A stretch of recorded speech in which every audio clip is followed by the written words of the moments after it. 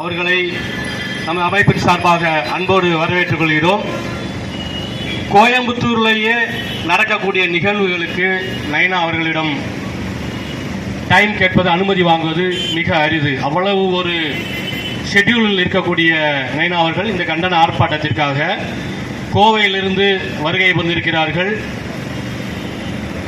தமிழில் நிறைய புத்தகங்கள், கட்டுரைகள், காவியங்கள் படைத்த ஒரு மிகச்சிறந்த கவிஞர் டாக்டர் கிருஷ்ணராஜ் நாயுடு அவர்களை அன்போடு வரவேற்கிறோம். அடுத்தபடியாக தமிழ் மாநில நாயுடு பேரவையின் நிறுவன தலைவர், பல நூறு இளைஞர்களை, பல ஆயிரம் இளைஞர்களை சம்பாதித்து வைத்திருக்கக்கூடிய எங்கள் நெஞ்சம் நிறைந்த நைனா திண்டுக்கல் லைன் கிருஷ்ணமூர்த்தி நாயுடு அவர்களையும் அன்போடு வரவேற்கிறோம். அருள்தாஸ்புரம் நாயுடு சங்கத்தினுடைய தலைவர் எங்கள் அன்பு நைனா ஜெயக்கொடி நைனா அவர்களையும், தேனி மாவட்டம் ராதாகிருஷ்ணன் நாயுடு அவர்களையும், இன்னும் இங்கே திரளாக கலந்து கொண்டிருக்கக்கூடிய அத்துணை சொந்த பந்தங்களையும் வரவேற்கிறோம்.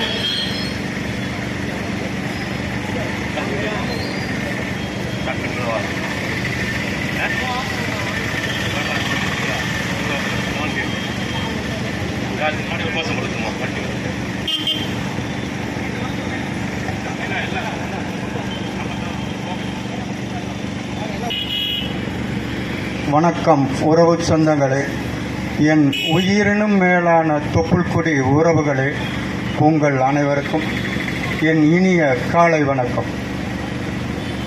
இன்று நம்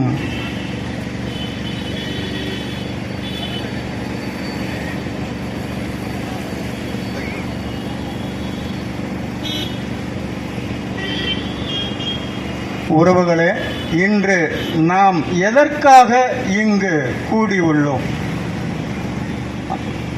நம் மாமன்னர் ஜெயந்தி விழா 441வது ஜெயந்தி விழாவை மிக சிறப்பாக தமிழகமெங்கும் நடைபெற்றது. மிகச் சிறப்பாக தமிழகம் முழுவதும் நடைபெற்றது. ஆனால் மாமன்னரின் புகழுக்கு இழுக்கும் விளைவிக்கும் விதமாக திருமலை நாயக்கர் மன்னர் கல்லூரியில் இருந்த நம் புனித உடலாக கருதக்கூடிய நம் மாமன்னருக்கு அவரோட திருவுருவ சிலைக்கு மரியாதை செய்ய தடுத்த அந்த திருமலை மன்னர் கல்லூரியின் நிர்வாகத்தினரை கண்டித்து இந்த மாபெரும் ஆர்ப்பாட்டம் நடந்து கொண்டிருக்கிறது. உறவுகளே, நம் மாமன்னர் எவ்வளவு பெரிய புனித உடம்பு பெற்றவர், எவ்வளவு புனித ஆத்மா என்பதை நீங்கள் அறிய வேண்டும்.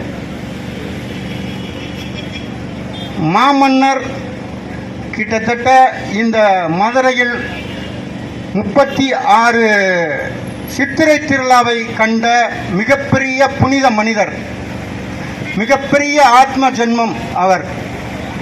அப்படிப்பட்ட மாமன்னருக்கு அவரோட புகழை கெடுக்கும் விதமாக அந்த மன்னர் கல்லூரி நிர்வாகத்தினர் செயல்பட்டதை கண்டித்து இந்த ஆர்ப்பாட்டம். மாமன்னரை பற்றி நீங்கள் அறிந்து கொள்ள வேண்டியது நிறைய விஷயங்கள் உள்ளது. அதை சிறிதாக சுருக்கி சொல்லுகிறேன். திருமலநாயக்கர் மாமன்னர் மதுரையை கிட்டத்தட்ட 36 ஆண்டுகள் ஆட்சி புரிந்தார். தொடர்ந்து எந்த ஒரு மன்னரும், விஜயநகர பேரரசிலிருந்து வந்த எந்த ஒரு மன்னரும் இத்தனை ஆண்டுகள் ஆட்சி செய்யவில்லை. அவர் ஆட்சி செய்தார். தமிழகத்தில் உள்ள அனைத்து மக்களுக்கும் ஒருங்கிணைத்து நல்வழிப்படுத்தி அவர்கள் வாழ்வாதாரத்தை பெருக்குவதற்கு தெய்வ வழிபாட்டிலும் சரி, நல்ல பாடசாலைகள் அமைப்பதிலும் சரி, அன்னச்சத்திரங்கள் கட்டுவதிலும் சரி, இப்படி ஏராளமான நிகழ்வுகளை நம் மாமன்னர் இந்த தமிழகத்திற்கு கொடுத்து சென்றுள்ளார். அப்படிப்பட்ட மாமன்னரின் 441வது ஜெயந்தி விழாவை தடுத்து நிறுத்திய அந்த நிர்வாகத்தினர் கண்டித்து இந்த ஆர்ப்பாட்டம்.